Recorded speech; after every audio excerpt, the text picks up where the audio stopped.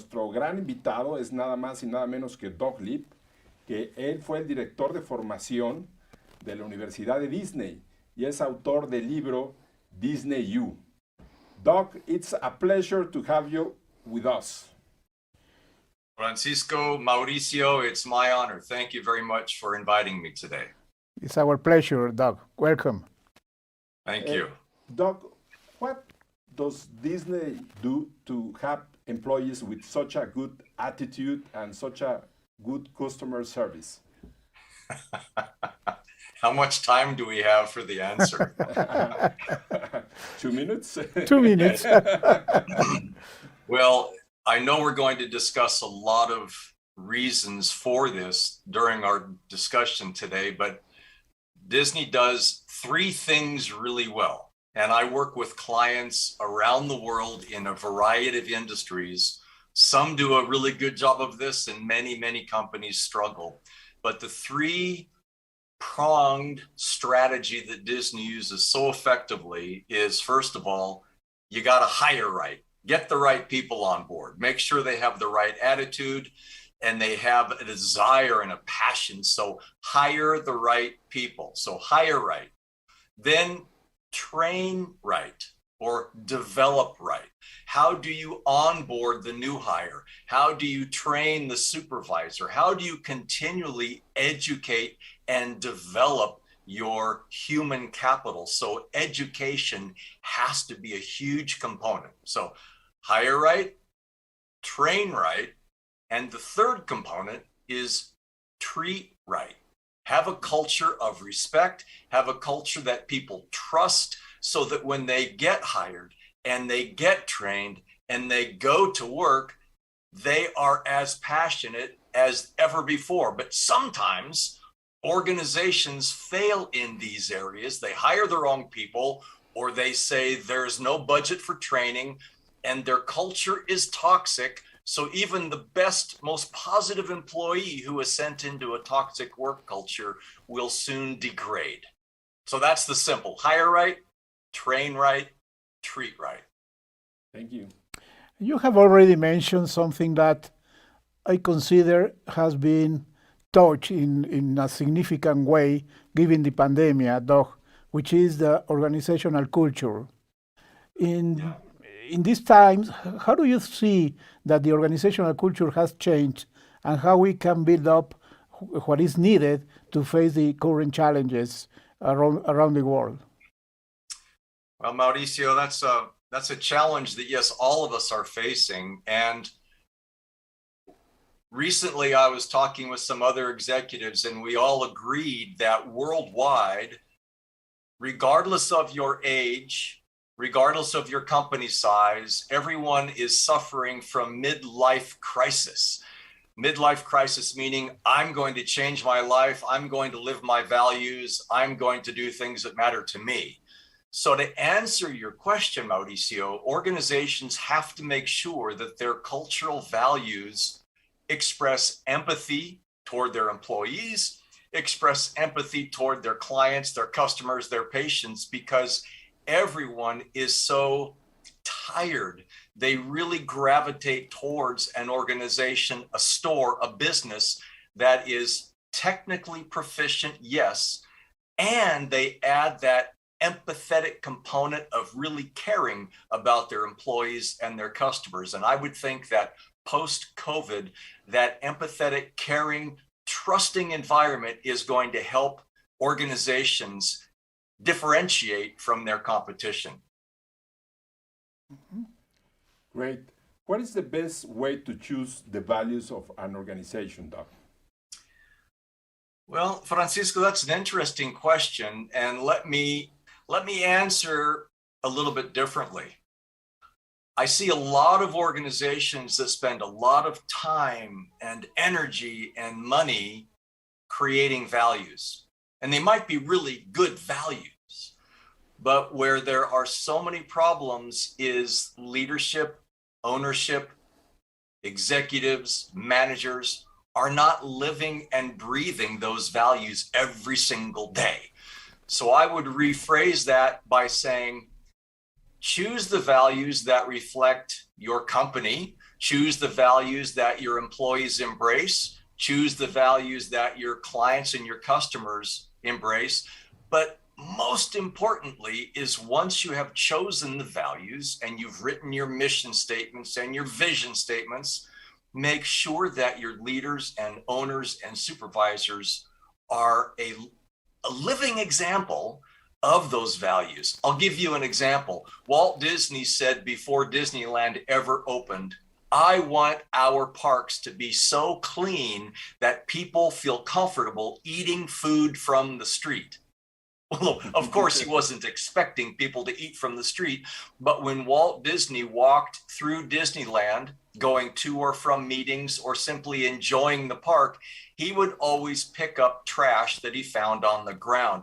So he was a living example of that value of cleanliness. So again, your values are your choice, but make sure you live them and breathe them and you're consistent and sincere with those values. And I think that's a critical point, Doug. If we talk about how the people live the values of the company, could you tell us more about the role of the leader? Because I am convinced that the leader is to model the forms, to really be the role model for the collaborators to follow what is characteristic in their organizations. What do you think about this, the leadership responsibility on this? Yes, I agree completely. And leaders are always being watched, and employees and vendors and customers will believe a leader's actions more than his or her words. So I'll give you a specific example of leadership living the value. I was doing a job for a huge store that sells all kinds of products. And I was walking through this store with one of their executives, and I asked him a question about a product. He didn't have the answer. And I said, well, why don't you take out your phone and Google it and let me know? And he said, no phones are allowed in the store for employees. All employees have to put their phones in a special locker in the break room. And he said, think about it, Doug, if I took out my phone right now as the leader of this company, that would completely undermine our value of no phones on the floor, no phones in the store, because that would take away from connectivity with our customers. So he said to me, Doug, you're not an employee, so why don't you take out your phone and you Google it? And interestingly, Mauricio, this store that I worked for is nationwide in the United States, and that value is so strong about no phones in the store that they are tremendously successful having great conversations with customers, and they don't have the problem of their employees' faces buried in their phones all the time because their phones are in the break room. Mm-hmm. Very valuable concept. Doc, what was the moment more difficult in your career? How did you feel, and how do you deal with it? Well, Francisco, I would say it's when I decided to leave Disney.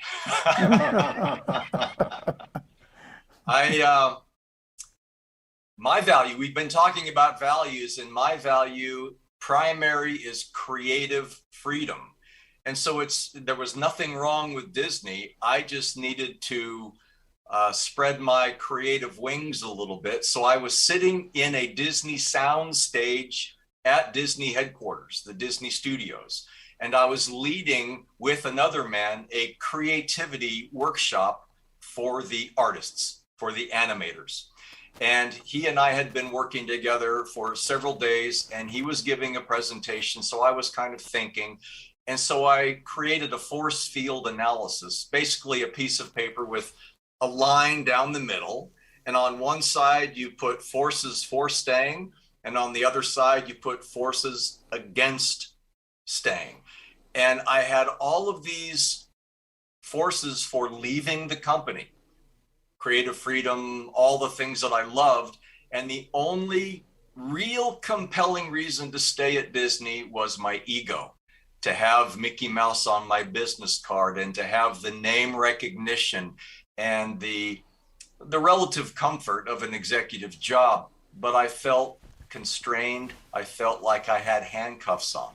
So I had to be true to my values of creative freedom. It wasn't about making more money. It was just being able to do what I wanted to do when I wanted to do it. And it was scary as can be, but it was the right decision. Mhm.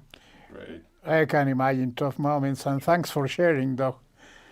In terms of the organization as per se as Disney, I can guess that some difficult situations were when you had to enter into Japan or Paris with new parks there in terms of culture. What the main learnings are from those experiences for you, for Disney as an organization, once you decided to go into Japan or Paris new parks? Sure. Well, Mauricio, this is a challenge that is getting more and more prevalent worldwide as the global economy is more now than ever before so important. And the challenges that I still see with many clients around the world. In fact, when I left Disney, I helped start a consulting firm in Palo Alto near Stanford University with a Stanford University professor. And we called our new consulting company the Intercultural Relations Institute. So our whole business model was to help international companies avoid the problems that we all see with global mergers and multinational companies. So to answer your question, there are so many different ways to do this, but you must trust your local employees. So if you are, even in your own country, there are cultural differences from the north of the country to the south, from the east to the west, and you must trust your local employees, your local leaders. If you're a franchise operation, trust your local franchisees to give you feedback about the cultural differences. I'll give you one very simple, almost funny example, but I was doing some work for many years with the McDonald's Corporation, which, by the way, as we all know, recently decided to leave all of their business in Russia. They're selling their business in Russia. So that's a huge decision. But one of the things within the United States is different franchisees, meaning owners of McDonald's from different parts of the company, were asking the corporate headquarters for permission to have different flavor French fries, fried potatoes. And people on the East Coast were saying, we have a very old style seasoning that's called Old Bay. And it's just a sprinkling kind of seasoning. But our customers all through the East Coast love Old Bay seasoning. Can we use that on our French fries?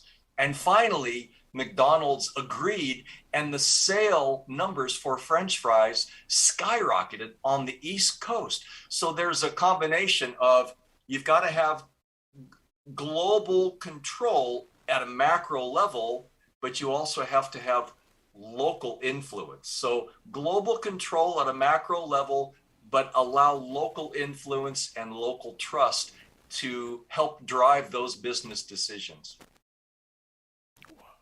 Doc, you are a speaker.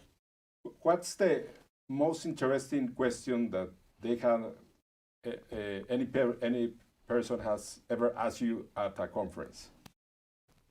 Well, Francisco, there are so many questions, but I've been blessed over the years to have worked with many Disney executives and men and women who worked directly for Walt Disney. I never worked directly for Walt, but one man, his name is Marty Sklar. He was the chairman of Disney Imagineering. So Disney Imagineering is where the engineers and the artists and the creative men and women design the Disney attractions, the rides, all kinds of amazing products. And going to presentations with Marty Sklar, he and I would share the stage, we would give presentations. After those presentations, we would always do book signings. He would sign his books and I would sign my Disney U book. And parents, grandparents would always ask Marty this. So Marty, I love the Imagineering culture, and so does my daughter, so does my son, so does my granddaughter. how does my child become an Imagineer? And Marty would say, well, there are lots of ways to do that. What is your concern? And sometimes the parents would say, well, my daughter or my son is not an engineer. They don't know how to do math. They're not a scientist. And Marty would say, that's okay. Do they like to tell stories? Oh, well, yes, they do. Well, how would your son or daughter tell a story? And then Marty started saying, would they tell a story through dance? Would they tell a story via a musical instrument, via singing? So how many ways can you tell a story? And that's what we do in Imagineering is we have thousands of people who are great storytellers, but they tell stories sometimes in dramatically different ways. So as long as you have passion and you like to tell stories, you could be an Imagineer, and so could your grandson or your child. And you could see the facial expression would go,